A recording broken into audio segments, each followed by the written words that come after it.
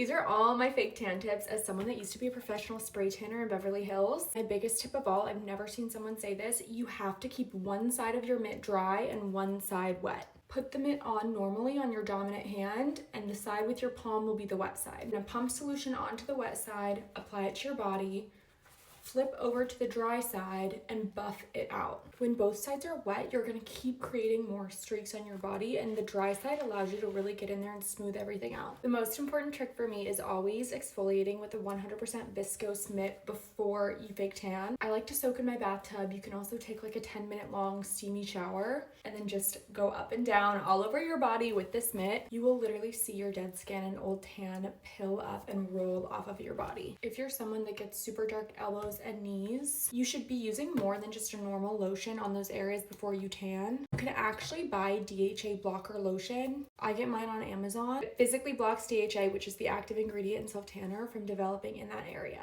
If the fake tan on your face ever looks patchy or weird, you should try this. I use an old setting spray bottle and I mix 2/3 of a fake tan liquid, and I fill 1/3 of the bottle with a hydrating toner. This is the Ilia base face milk. It leaves my face super hydrated, and my fake tan never gets patchy with this, even if I'm using an active ingredient like a retinol. If the fake tan you're using says express anywhere on the bottle, you should not leave it on more than 5 hours. These formulas are typically meant to be left on between 2 and 4 hours. I think you can get away with pushing it to 5, but if you wait longer than that, the formula will actually overdevelop and the DHA won't work the way it's supposed to. That's why you can look really patchy, orange. Sometimes it won't cling to certain spots. If you're someone that likes to sleep in your tan and you're a healthy person that gets 8 hours of sleep, you should not be sleeping in an express tan. If you're sleeping in your tan at all, you have to wear long sleeves, long pants, crank the AC. I can't tell you how many times I've slept in a tank top and slept like this and woke up and I have a full pale handprint and my palm is brown. I always tan my hands and feet with a makeup brush, and I like to put a small pump of lotion on my hands after I fake tan them, just to make sure everything is distributed evenly. If you ever notice that your fake tan isn't sticking the way that it usually does, the solution isn't to add more fake tan, it's actually to take a small break. It's possible for our skin to get something called DHA resistant, and even just taking a couple days in between exfoliating and tanning again